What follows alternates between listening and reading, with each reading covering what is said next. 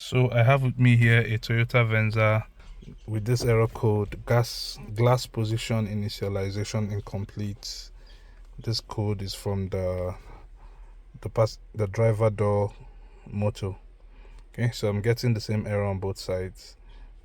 Okay, so it means that the motor lost its calibration and saying that the initialization was incomplete.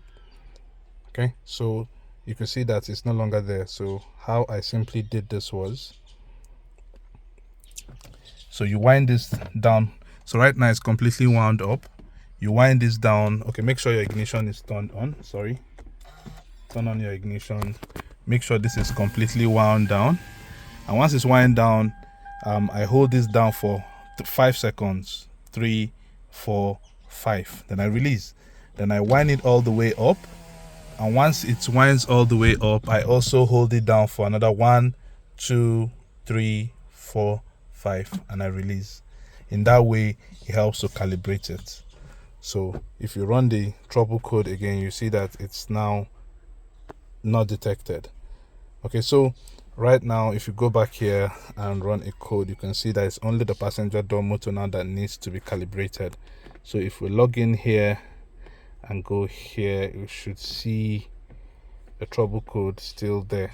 Okay, so I'm going to also repeat what we just did for the driver door, for the passenger door, and then we'll check this again.